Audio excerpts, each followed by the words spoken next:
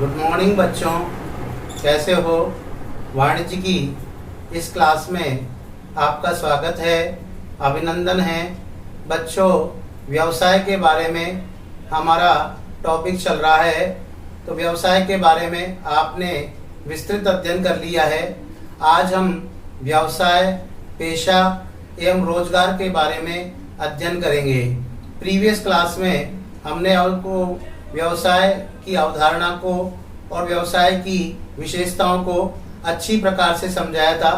आज हम व्यवसाय, पेशा और रोजगार में क्या अंतर है और व्यवसाय, पेशा और रोजगार किसे कहते हैं।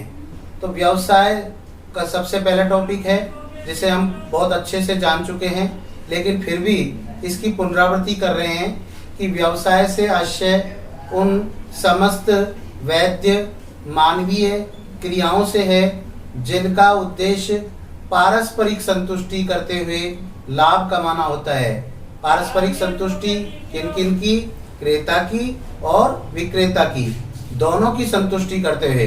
अब क्रेता की संतुष्टि किस बात से है और विक्रेता की संतुष्टि किस बात से है?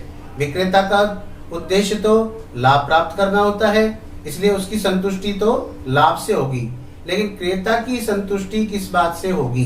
तो क्रेता की संतुष्टि इस बात से होगी कि उसके द्वारा जो वस्तु प्राप्त करना चाहता है उसकी मनपसंद वस्तु हो, उसका colour, design, model, packing, price सब कुछ उसके अनुकूल होना चाहिए, तब जाकर के वह अच्छी तरीके से संतुष्ट होगा।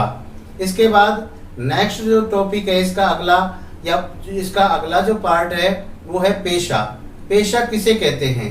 तो पेशा एक धंधा है जिसमें एक विशेष ज्ञान की आवश्यकता होती है, एक विशिष्ट प्रशिक्षण की आवश्यकता होती है।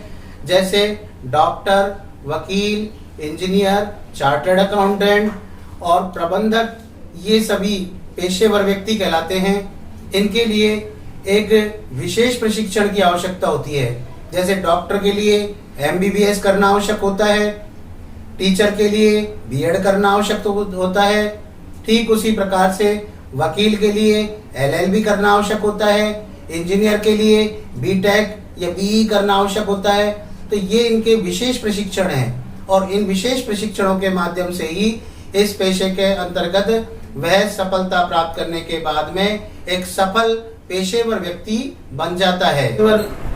व्यक्ति वह है जो केवल व्यक्तियों से व्यवहार करता है और अपने निजी चातुर्य अथवा सेवा का उपयोग व्यक्तिगत आधार पर करता है। अब यदि हम वेबस्टर शब्दकोश को देखें तो उसमें भी यही कहा गया है कि पेशा वह धंधा है जिसके अंतर्गत एक व्यक्ति विशिष्ट ज्ञान प्राप्त करके दूसरे व्यक्तियों को निर्देशन, मार्गदर्शन अथवा परामर्श देता है। तो कुल मिलाकर के ये कहा जा सकता है कि पेशे के अंतर्गत एक व्यक्ति लंबे प्रशिक्षण एवं अनुभव प्राप्त करने के पश्चात वह व्यक्तिगत निपुणता का प्रयोग करते हुए समाज के विभिन्न वर्गों की सेवा निष्पक्ष रूप से करता है। अब पेशे की कुछ विशेषताओं के आधार पर ये बात और भी क्लियर हो जाएगी कि पेशे में एक विशिष्ट ज्ञान, एक तकनीकी कौशल का होना आवश्यक है। ये इसकी सबसे पहली विशेषता है कि पेशा बिना किसी विशिष्ट ज्ञान के या तकनीकी कौशल के कर पाना संभव नहीं है। जैसे यदि प्रबंधक बनना है तो उसे MBA की विशिष्ट ज्ञान की आवश्यकता होती है। प्रशिक्षण एवं अनुभव दूसरी इसकी जो विशेषता है तो प्रशिक्षण एवं अनुभव है कि पेशेवर व्यक्ति को एक प्रशिक्षण प्राप्त करना होता है। अब वो प्रशिक्षण चाहे वो प्रशिक्षण संस्थान में प्राप्त करे और चाहे वो कार्य के पास में प्राप्त करे। कई बार एक सफल कर्मचारी के पास में उस व्यक्ति को कार्य पर लगाया जाता है और वह कर्मचारी उस सफल कर्मचारी के साथ मिलकर कार्य करता है। धीरे धीरे वह उस कार्य में प्रशिक्षित और निपुण हो जाता है, दक्ष हो जाता है। तो इस तरीके से प्रशिक्षण प्राप्त किया जाता है। जैसे B.Ed है तो इस B.Ed को करने के बाद में एक व्यक्ति एक अच्छा शिक्षक या सफल शिक्षक बन सकता है। तीसरी विशेषता पेशा है।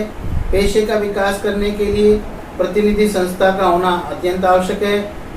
और चौथी बात आती है इसमें, व्यवहार को नियंत्रित करने के लिए आचार संहिता होती है। आचार संहिता से हमारा तात्पर्य यह है कि पेशे में ईमानदारी एवं नैतिकता से वह व्यक्ति कार्य करें और पेशे की गरिमा को बनाए रखे। इसके अलावा आर्थिक स्वार्थ के स्थान पर सेवा की भावना को प्राथमिकता दी जाती है। पेशे की ये सबसे बड़ी महत्वपूर्ण और अच्छी विशेषता है कि पेशे में स्वार्थ का स्थान कहीं भी नहीं होता है, बल्कि इसमें सामान्यतः सेवा भावना पर बल दिया जाता है।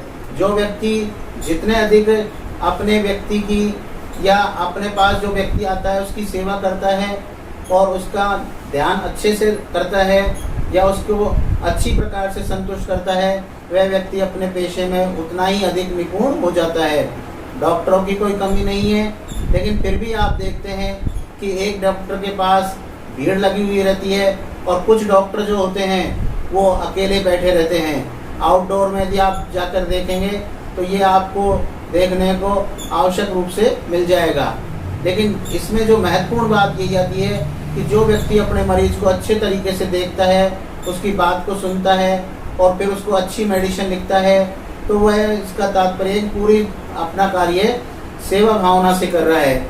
इसके पश्चात हम बात करते हैं रोजगार की, कि रोजगार एक आर्थिक क्रिया है जिसमें लोग कर्मचारी दूसरों के लिए कार्य करते हैं। अर्थात रोजगार के अंतर्गत जो व्यक्ति होता है वो किसी कंपनी में, किसी संस्था में या सरकारी संस्था में कार्य करता है और उस कार्य को करने के बाद में उसको एक निश्चित वेतन, मजदूरी प्राप्त होती है। वो मजदूरी या वेतन प्रतिदिन भी प्राप्त हो सकती है, मासिक भी प्राप्त हो सकती है, अर्धवार्षिक भी प्राप्त हो सकती है। ये मालिक और कर्मचारी के मध्य समझौते के आधार पर तय होती है। इस तरीके से मालिक जो है वो अपनी शर्तों के अनुसार उस कर्मचारी से कार्य करवाता है। रोजगार स्थायी भी हो सकता है और अस्थायी भी हो सकता है। उदाहरण की यदि हम बात करें तो प्रबंधक, पर्यवेक्षक, क्लर्क, मजदूर, चपरासी, ये सभी व्यक्ति पेशेवर व्यक्ति भी हैं, लेकिन जब ये व्यक्ति किसी दूसरी संस्था में कार्य करते हैं तो ये कर्मचारी कहलाते हैं। जैसे डॉक्टर भी कर्मचारी के रूप में नियुक्त किया जा सकता है। यदि डॉक्टर किसी संस्था या अस्पताल में एक निश्चित वेतन पर कार्य करता है तो वह नौकरी कहलाएगी, रोजगार कहलाएगा। और यदि वह डॉक्टर स्वयं का अस्पताल चलाता है तो यह उसकी विशेष क्रिया है, इसलिए पेशा कहलाएगी, क्योंकि वह अपने लिए कार्य कर रहा है और वह किसी दूसरे के लिए कार्य नहीं कर रहा है। लेकिन यदि वह किसी दूसरे संस्थान के लिए कार्य कर रहा है तो ऐसी स्थिति में वह कर्मचारी कहलाएगा या रोजगार पर जाने वाला व्यक्ति कहलाएगा। तो निश्चित वेतन और मजदूरी उस व्यक्ति को मिलती रहती है। तो इस तरीके से आज के इस टॉपिक में व्यवसाय, पेशे और रोजगार का हमने अध्ययन किया कि ये तीनों व्यक्ति एक जैसे ही लगते हैं। बारीकी से यदि हम देखें तो इनमें थोड़ा बहुत अंतर होता है, उस अंतर को हमने आपको समझाया है। अगली क्लास के अंदर हम व्यवसाय, पेशे एवं रोजगार में अंतर को स्पष्ट करेंगे।